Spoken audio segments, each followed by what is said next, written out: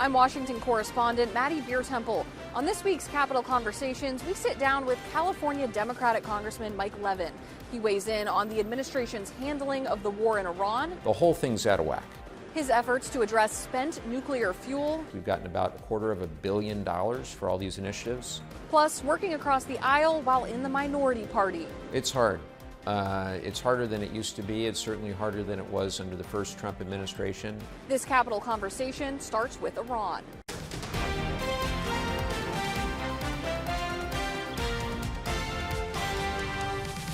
The U.S. is now carrying out more strikes against Iran. It seems like the war has been reignited. We've reinstated this naval blockade.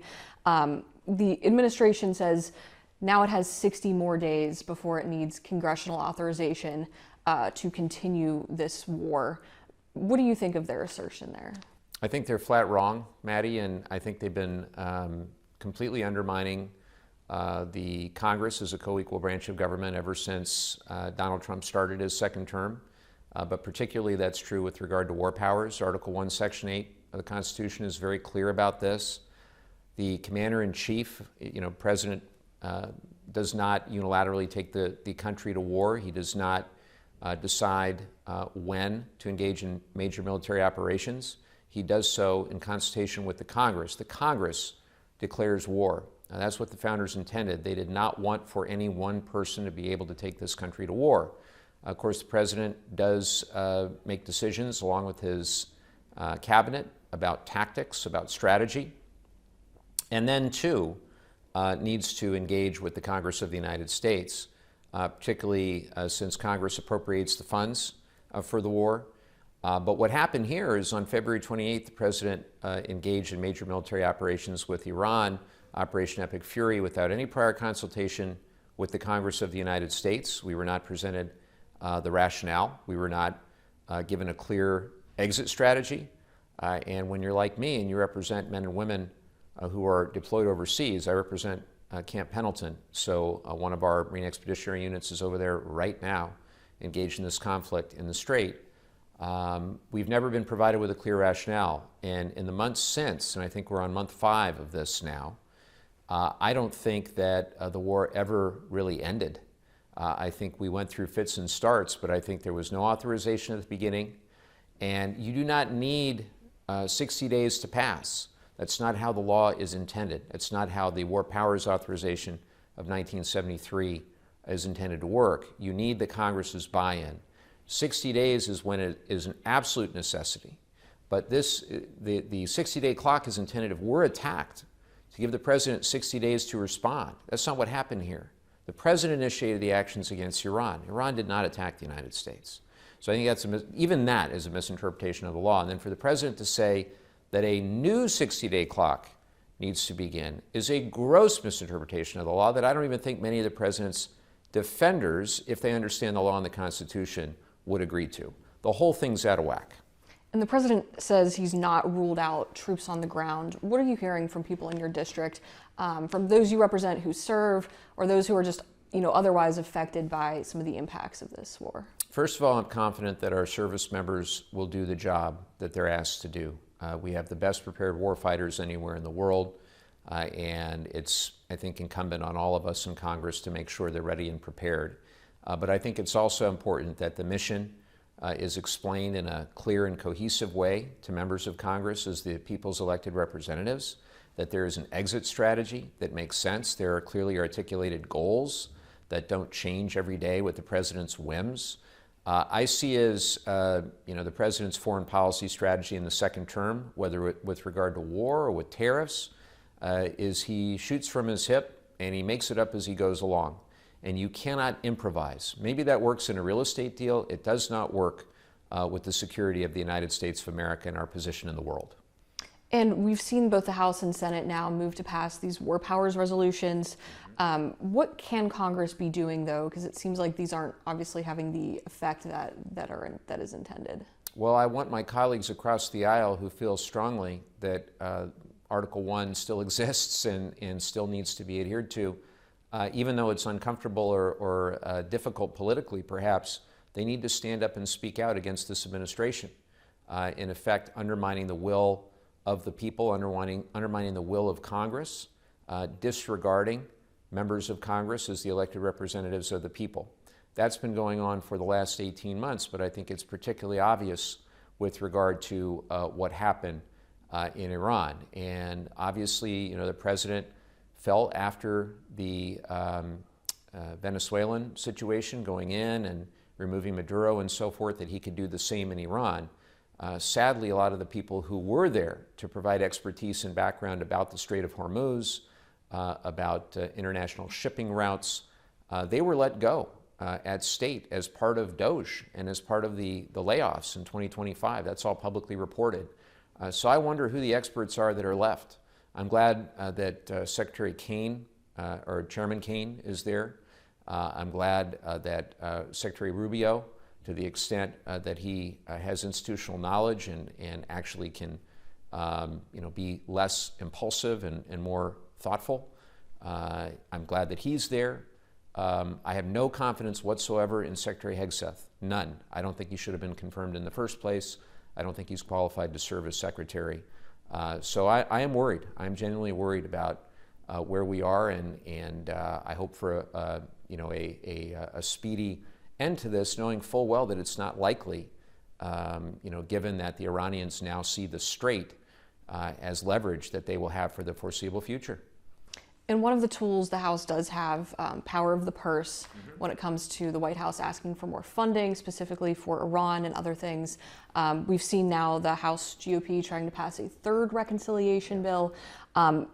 We've heard Democratic opposition, but there's also some Republicans who don't like it for other reasons. But what do you think of the use of this reconciliation process now for a third time to try to get these party line bills through? I think it's reckless and irresponsible, and is anathema to how things are supposed to work around here. We're supposed to work in good faith to try to get things done for the American people.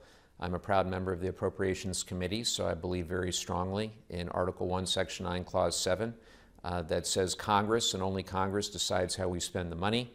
And the founders did not intend for everything to happen via reconciliation. That's an end around that was a creation in the last 20, 30 years because people were unwilling or unable to compromise. I think it's important we get back to some common ground in this country. I think there are those of us that want a strong military on both sides of the aisle.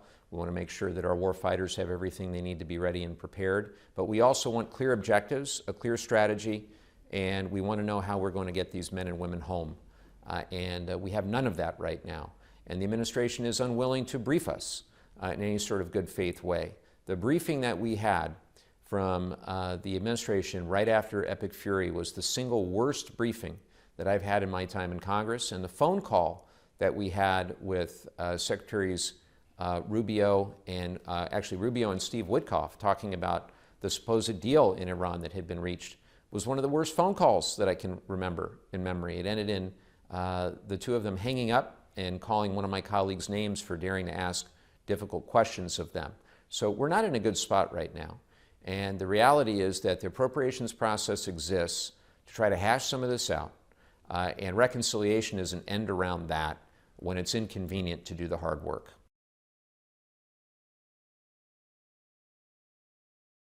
And when it comes to this reconciliation bill, again, I think we saw a new number out today, about $95 billion between defense funding, agriculture, a couple other items. But Republican lawmakers are also trying to tack on the Save America Act to it as well. You voted against this in the House. Why are you opposed to it? Well, they don't even know what they want. I've seen numbers up to $350 billion. I've seen $65 billion. They can't keep straight what it is that they want, and that's very scary. I voted against the Save America Act and will continue to do so because it's not what the president says at all. The president makes things up, and he made up widespread election fraud in the 2020 election to try to justify that he lost. He's one of these people that can never admit to losing, no matter how big or small the loss, and that's particularly true with regard to the 2020 election. He lost. They sued 60 times in different venues. He lost all those lawsuits. And he's basically right there with the MyPillow guy at this point, making things up about 2020. By the time this airs, he may have made more things up about 2020. We'll have to wait and see. So the SAVE Act, basically, he claims is a voter ID bill. It is not. If it were a voter ID bill, we could at least have a conversation about the pros and cons of a voter ID bill and maybe get to yes on something that would make sense and still retain the ability for people who are registered, who are legally eligible to vote, to do so easily. What this bill does is something far different. It says you either have to have an original birth certificate or a passport, and that your name on one of those two documents has to match your ID. It's a huge problem because 20 million Americans do not have a passport. Passports are expensive. Some people don't travel internationally. Second is if you're married and you changed your name by virtue of marriage, probably your ID doesn't match the name on your birth certificate. So if you have neither document, you're out of luck. And the independent analysis that I've seen suggests millions of Americans who are legally eligible to vote will not be able to vote by virtue of this law. So absolutely not. Absolutely not. And we've seen this measure already lacks the votes that would be needed in the Senate. Right. What do you see as the prospects then for passing this reconciliation bill that Republicans are trying to get through before leaving for August recess? Well, we'll see what they decide to do with regard to the provisions of SAVE that they can try to put in a reconciliation bill. I don't know what that will ultimately look like. I know the president's answer is fire the Senate parliamentarian. I'm glad that John Thune and others have said they're not going to do that and they're not going to eliminate the filibuster. Hopefully they'll stand up for what little the institution's power still is with Republicans while Republicans are in charge. I think Thune has done a better job than Johnson of standing up for the institution, of the Congress. But that's not saying much because I don't think Johnson's done much of anything to stand up against the president, even when he knows the president is lying, knows the president is wrong. I think he's afraid. Mike Johnson, unfortunately, I think is afraid of his own shadow. Now, earlier this year, you launched the End Corruption Caucus. Can you just start by explaining what is your goal there? What kind of corruption are you trying to end? So it gives me no pleasure whatsoever to wake up every morning and to read all of the corrupt things that are happening in this administration. I would say it's the most corrupt administration of all time. And I've looked at Warren Harding and Nixon and others, and it's really not even close to this. And I would much rather not have to opine on all the corrupt things that are happening, but I feel the need as a member of the body whose purpose, as the founders intended, was to serve as a check against the executive when necessary. It is necessary right now. This executive really is out of control, and the self-dealing, the enrichment, whether it's the president himself, $2.2 billion is reported on his 2025 financial disclosure, of which $1.4 billion came from crypto, of which $500 million perhaps came from the UAE at a time when they want advanced chips. They're investing $500 million into World Liberty Financial. At the same time, his meme coin, Trump's meme coin, that he makes $600+ million on, people lose over $3 billion when that thing tanks. So his own financial self-dealing around stock trading as well, giving government contracts to all these different companies at the same time that he's cashing in. All of this to say that trust in the institutions of government are down at a record low. Trust in Congress is down at 9%. From Pew, I just saw the poll just the other day, 9%. Trust in our other institutions. That's exactly the way Donald Trump wants it, because as trust in the institutions goes down, people become numb and desensitized to all the corrupt things that are happening, which means he can get away with whatever he chooses. And he puts loyalists all around him. Todd Blanche may be the worst of them all, the new Roy Cohn, in my view. The worst of them all should not be confirmed by the Senate. So what are we going to do about it? Well, what tools do we have? We've got legislative tools, we've got litigation, and we've got communication. And if nothing else, to restore faith and confidence in this institution, I would do at least two things. I would ban members of Congress and members of the executive branch from trading any stock or any cryptocurrency or engaging in any prediction markets or anything of the sort. And I would try to get the dark money out of our political system. And if the Supreme Court won't do it, then Congress has to try. And I would start by getting as many members of Congress as possible to say they will not accept corporate PAC contributions. There are many other things too. The pardon power is completely out of control. We've got constitutional amendments on that. Supreme Court justices, I believe, need term limits because that's become overly politicized. If we want to restore trust in our government, we have to be seen actually taking the steps that'll make positive change.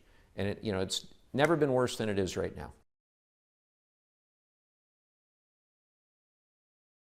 I want to turn now to something more directly dealing with your district specifically.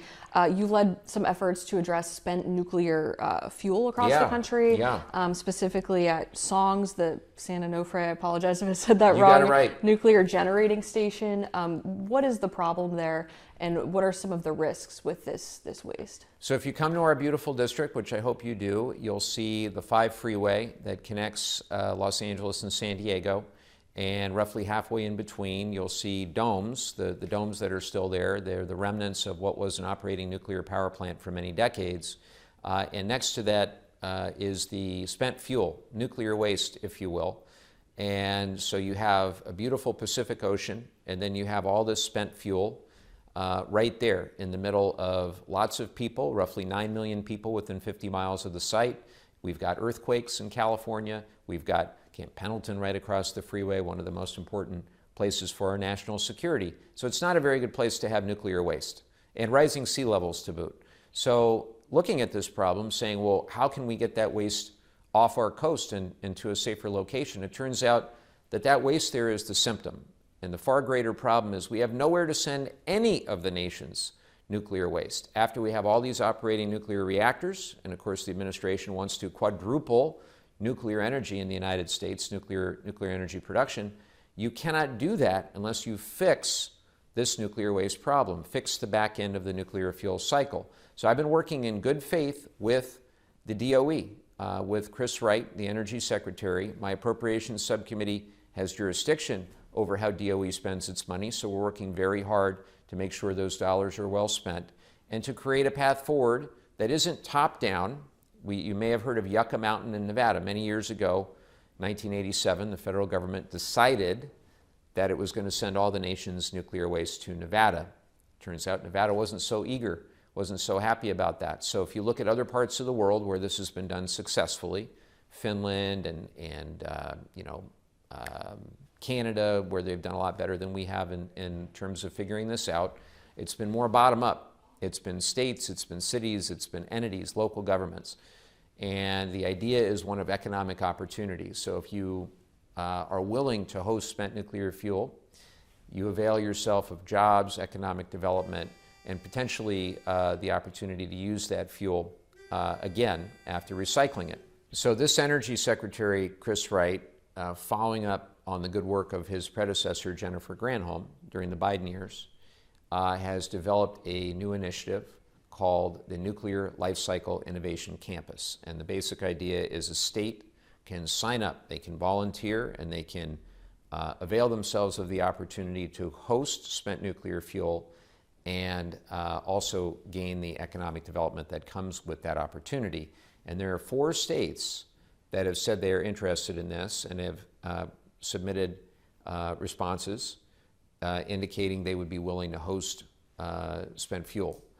You've got Utah, you've got South Carolina, you've got Nebraska, and you've got, who's the 4th? I have to remember the 4th. Louisiana are the 4. And so we want to work to see if any one of those 4 states is truly interested. And then the other piece of it is how to get the spent fuel from the reactor sites to the disposal site.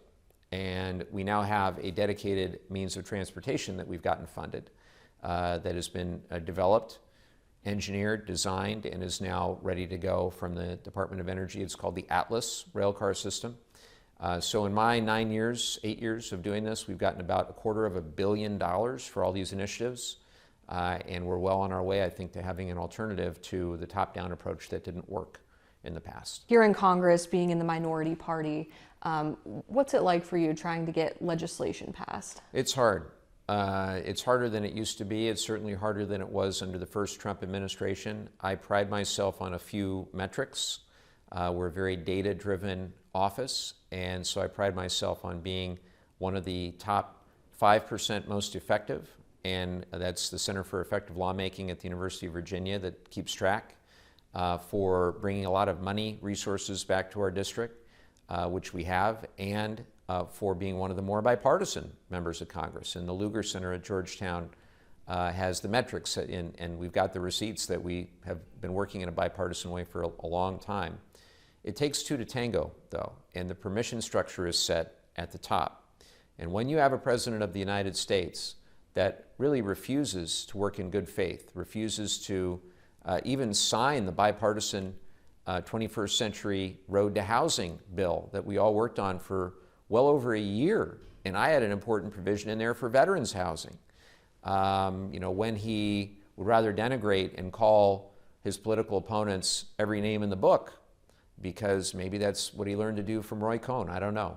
But whatever it is that has landed us at this place, where you have a president who is so willing to denigrate his opponents rather than work with them collaboratively, who believes that any idea that comes from a member of the opposite party is somehow anti-American.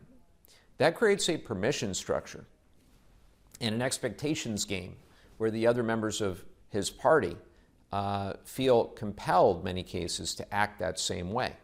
Just the same if you had a president that encouraged working in good faith across the aisle, I think you'd see a lot more bipartisan things done. Wanted to kind of lastly shift to the midterms. House Minority Leader Hakeem Jeffries says he thinks Democrats can win back the House. We've seen some kind of clash between more moderate Democrats and more progressive ones who are winning some of their primaries. What do you see as the future of the Democratic Party here in Congress as we see kind of a new brand of Democrat get elected? So I think we've always been a big tent party. We've not been a one-size-fits-all. Will Rogers once said, "I'm not a member of an organized political party, I'm a Democrat." So we're having good faith arguments within our House Democratic family all the time. But I would far rather have those arguments, knowing that at least our side believes in our democratic institutions, the rule of law, and the Constitution, as opposed to the other side, which it appears to me some don't even believe in those basic tenets anymore. You have some who maybe would rather this not be a democracy, some who maybe have forgotten the lessons of the past and are willing to empower and enable the worst authoritarian instincts of this president. Do you see any opportunities to work with the Trump administration? Sure hope so. I think the ball's in their court, because I think on our side, and I speak for myself in particular, I always want to work with them in good faith on anything that I can when I can find common ground. If you look behind us, I don't know if you can get this in the shot, but you'll see a number of bills that were signed by President Trump in his first term. Bills on veterans issues, bills on even environmental issues. It was a different first term. I think President Trump was surrounded then by people who had respect for the institution, who didn't want to just empower Trump, but understood that the United States of America was here 250 years not to serve one man. We fought a revolution in 1776 to get away from a king, not to empower a new king. President Washington had the opportunity to stay in office, decided to leave. At the time, very controversial. After 8 years, as far as I can tell, there's never been a president in American history who lost an election and refused to accept it. There's never been a president in American history who's lied nearly as much about things big and small, to the point of it just being ridiculous, saying that there are 300-yard gashes in the reflecting pool down the street, which I see as a great metaphor for a lot of what this administration has done, is if they're willing to tell you a lie about something that small, what else are they lying to you about? And the answer is just about everything. Thank you so much for your time today, Congressman. Thank you. I appreciate it. I appreciate it. And that's all for this week's Capitol Conversations. For more news like this, be sure to check out the other videos on this app. In Washington, I'm Maddie Biertempfel.